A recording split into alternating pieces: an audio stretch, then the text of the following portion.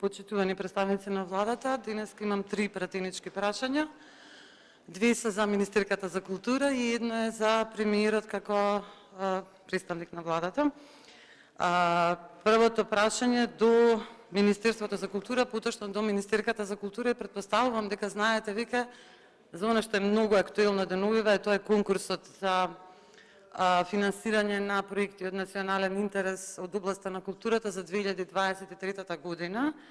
И јас, како и секогаш, ги говорам прашањата на граѓаните, а сигурна сум дека и вие следите дека има многу реакции по однос на начинот на аплицирање, зашто впрочем и вие самите го продолживте рокот за аплицирање, кој што е заклучно до утре, до 25 ноември.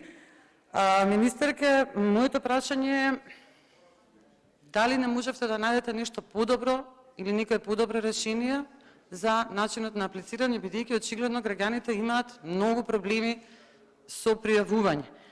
Има различни изјави, значи статуси на Facebook, нормално ги користиме социјалните мрежи. Се согласувам дека треба да се подобри начинот на аплицирање и се согласувам дека согласно светските трендови ние мора да научиме да аплицираме електронски, тоест онлайн. Минатата година вашата претходничка Стефанска воведе електронски начин, меѓутоа некаде на половина на конкурсот, колку што се сеќавам, увиде дека има проблеми, па се дозволи да се аплицира и со физичка, значи со испечатени материјали.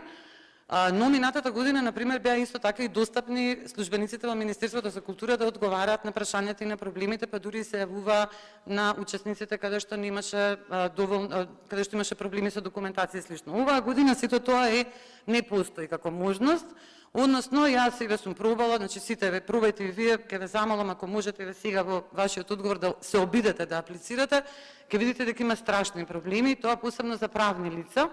За физички лица и ќе се снајде некако човек, меѓутоа за правни лица просто е невозможно. А ако земеме предвид дека скоро 80% од апликациите се поднесуваат од правни лица, значи јас не знам на што ќе личи овој конкурс и колку апликации ќе има, и тоа исто така ги поттикнува граѓаните да помислат, че повторно ќе кажам, ова се зборови на граѓаните, дека намерно е направено вака за да нема доволно апликации, за да не се финансира доволно културата.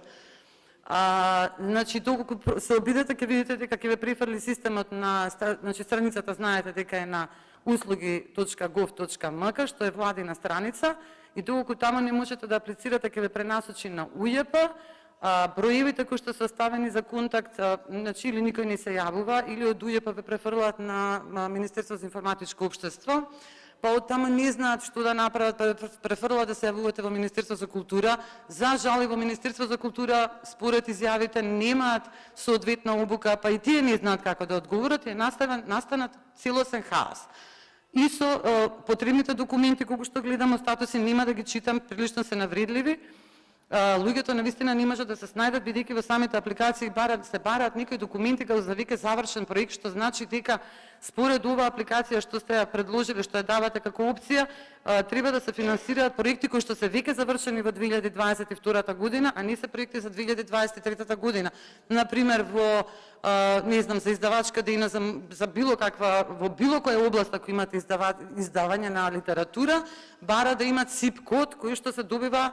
Значи, откако пред да се печати книгата, тоа е веќе готов производ ако ние добиеме ЦИП код. Значи, тоа е веќе проект кој што е завршен во 2022 година, а треба да се аплицира за финансирање во 2023 година, навистина нелогично. Така да прашањето ми е како да аплицираат луѓето, како ќе им помогнете вие на оние кои што не можат да се снајдат во овој систем. Требаше да бидете малку по отворени кон проблемите и да дозволите, како и минатата година, да има вакви можности и за физичко носење на документите во Министерството за култура, или пак барем од Министерството за култура, значи од службите, од дејностите, да има достапност на објаснување или за евентуално ќе има некој проблем да се јави таму. И тоа не функционира. Второто прашање е исто така до вас, министерки, произлегува од одговорот на Министерството за финансии во однос на барањето за вработување на 10 лица во Домот на културата Кочо Рацин, поточно познат како Дом на градежници, култното место на Скопје и Скопјани. настанате еден лавиринт, знам дека тие самите знаат дека се под ингеренција на градот Скопје, меѓутоа многу интересно што во дописот кој што вие го испраќате како Министерство за култура на 17 мај 2022 година велите дека Министерството за финансии не може позитивно да одговори на вашето прашање, еве го дописот, тоа е во мај. Нивниот барање било на 14 февруари 2022 година и веќе еве 10 месеци скоро ќе поминат од тогаш, проблемот не е решен. Министерството за финансии вели дека вие треба да направите таа работа.